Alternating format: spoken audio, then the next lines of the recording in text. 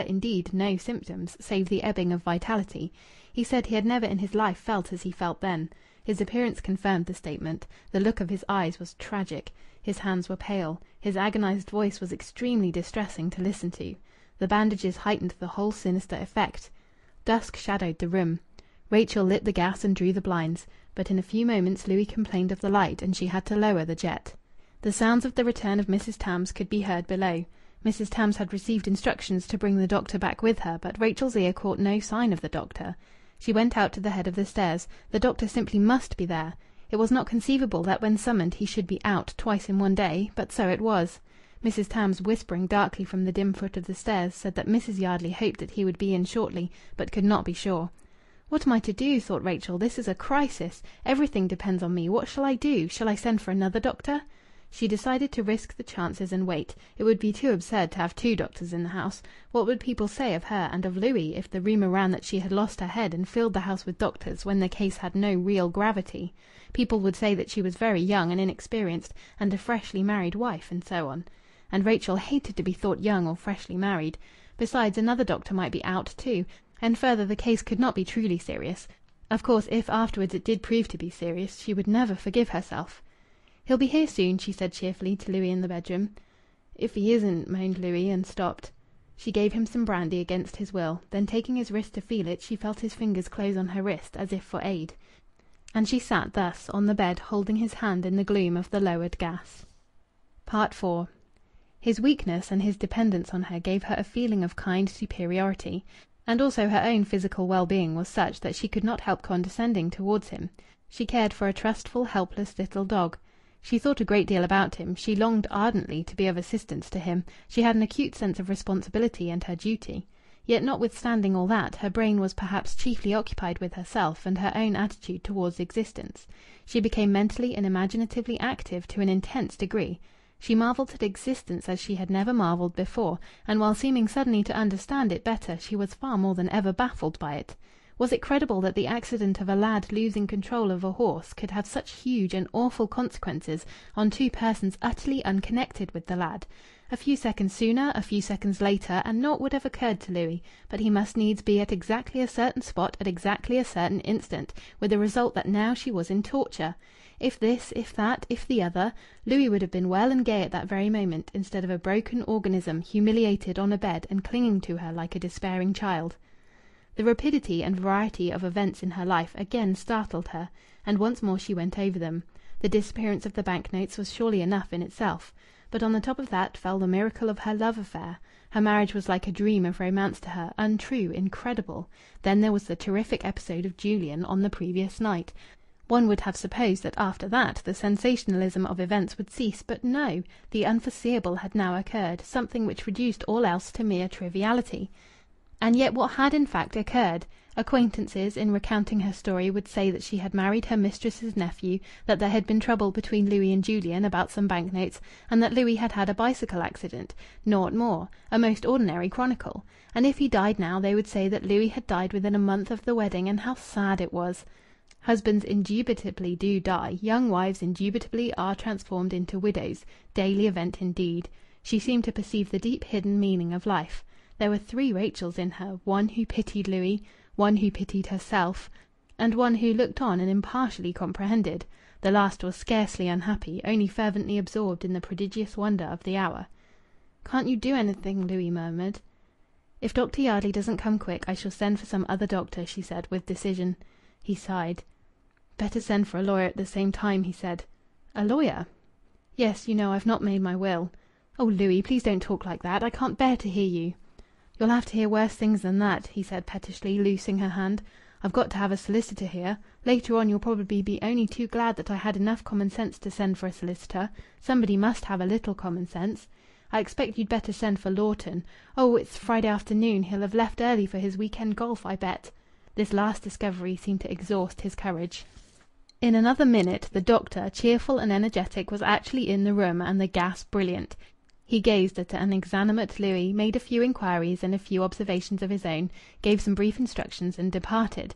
The day was, in truth, one of his busy days. He seemed surprised when Rachel softly called to him on the stairs, "I suppose everything's all right, doctor?" "Yes," said he casually. "He'll feel mighty queer for a few days, that's all." "Then there's no danger?" "Certainly not." "But he thinks he's dying." Dr. Yardley smiled carelessly. "And do you?" "He's no more dying than I am. That's only the effect of the shock. Didn't I tell you this morning? You probably won't be able to stop him just yet from thinking he's dying. It is a horrid feeling, but you needn't think so yourself, Mrs. Fores." He smiled. "Oh, doctor," she burst out, "you don't know how you've relieved me." "You'll excuse me if I fly away," said Dr. Yardley calmly. "There's a crowd of insurance patients waiting for me at the surgery."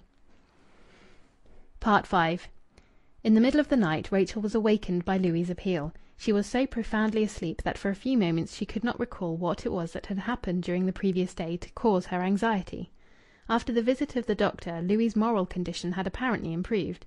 He had affected to be displeased by the doctor's air of treating his case as though it was deprived of all importance.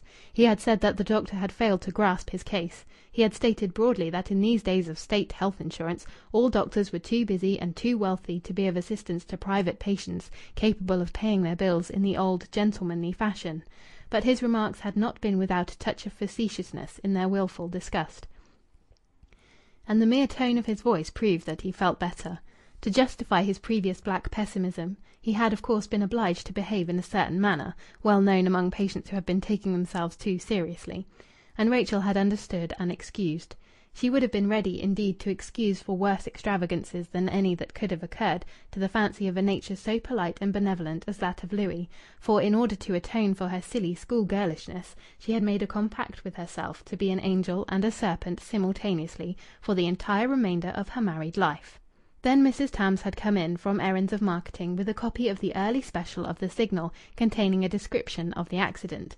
Mrs. Tams had never before bought such a thing as a newspaper, but an acquaintance of hers who "stood the market" with tripe and chitterlings had told her that Mr. Fores was in the Signal, and accordingly she had bravely stopped a newsboy in the street and made the purchase. To Rachel she pointed out the paragraph with pride, and to please her and divert Louis, Rachel had introduced the newspaper into the bedroom. The item was headed, "Runaway horses in Bursley Market-place. Providential escape." It spoke of Mr. Louis Fores's remarkable skill and presence of mind in swerving away with 2 bicycles. It said that Mr. Louis Fores was an accomplished cyclist, and that after a severe shaking Mr. Louis Fores drove home in a taxicab, apparently little the worse, save for facial contusions, for his perilous adventure.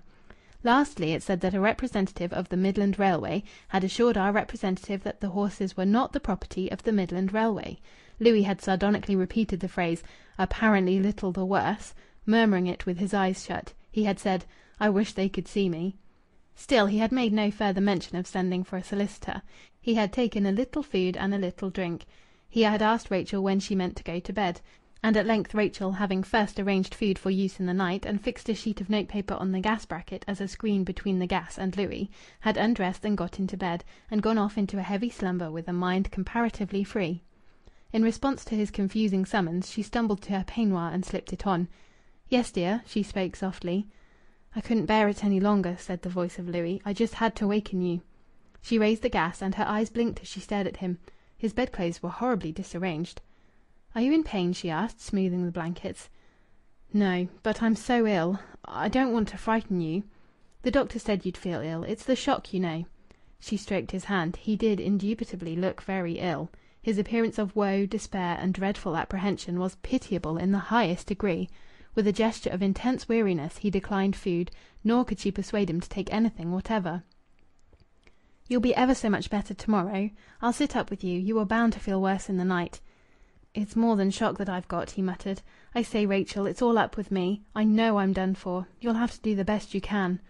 The notion shot through her head that possibly, after all, the doctor might have misjudged the case. Suppose Louis were to die in the night? Suppose the morning found her a widow? The world was full of the strangest happenings.